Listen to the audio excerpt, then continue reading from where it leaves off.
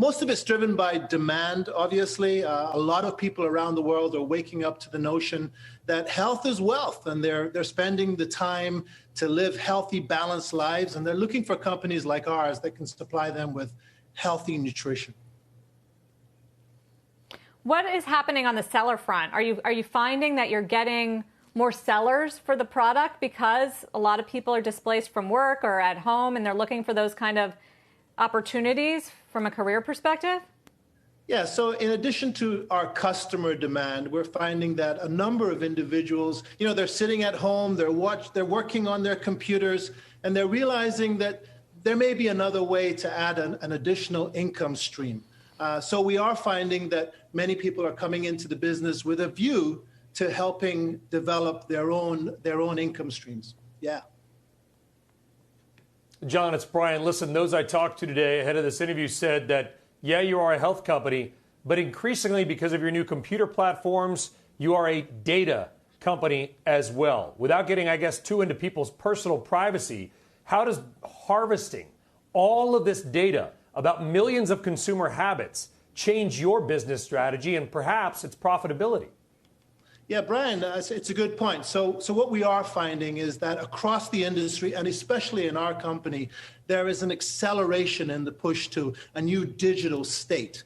All of our distributors and our customers, our company, we're really beginning now to leverage technology in what has been a very traditionally, very manual business. We're high touch, high tech. And so we are finding that we're gathering data now. We're understanding customer habits, consumer behaviors, people bought this, who bought that. Those kinds of things are now available to us. As we look to the future, a big part of our growth is likely going to come from our digitalization, the application of technology across our platforms around the world, 94 different countries.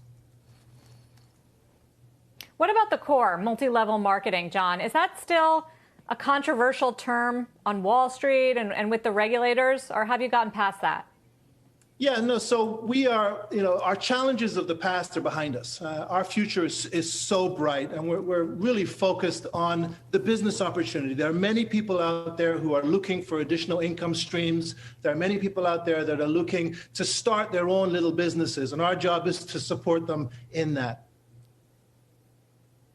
Carl Icahn selling millions of shares, still your largest single shareholder. Does that stock sale by Mr. Icahn, who, by the way, famously, was the subject of a book and an argument on this network about your stock, John, does that stock sale change the pace or direction of your strategy?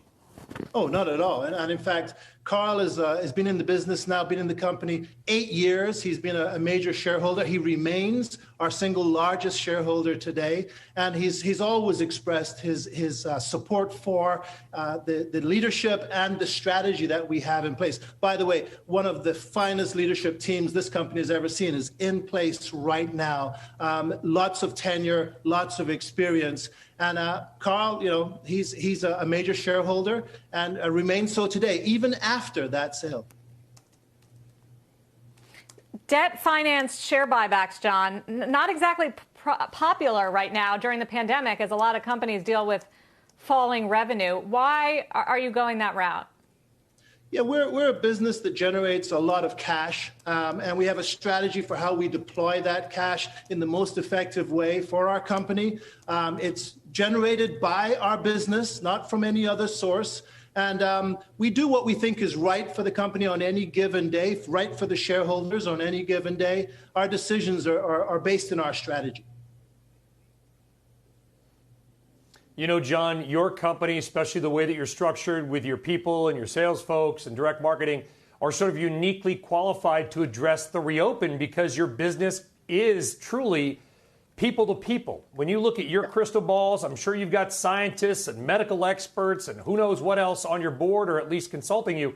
What are you hearing around parts of the country about a kind of a return to, I hate to use the term normal, but you know what I mean?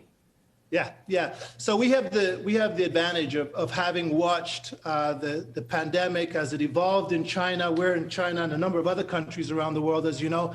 And so we've gotten to see kind of what works and what doesn't in many different settings. And so as it relates to the US, I think very clearly there's the impact of the disease and the pandemic itself on people's behaviors, on consumption.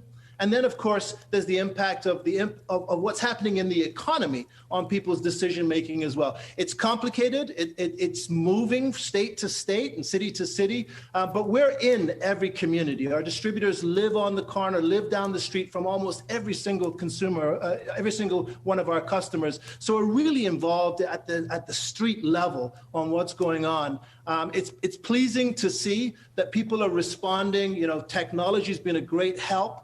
The plain old phone is important as well. People calling each other, talking to each other, helping each other through this. By the way, my heart goes out to every single person that has been impacted by this pandemic. There are many that have lost loved ones. There are many that have lost their jobs and are struggling today. But I'm also confident that we're going to get through this.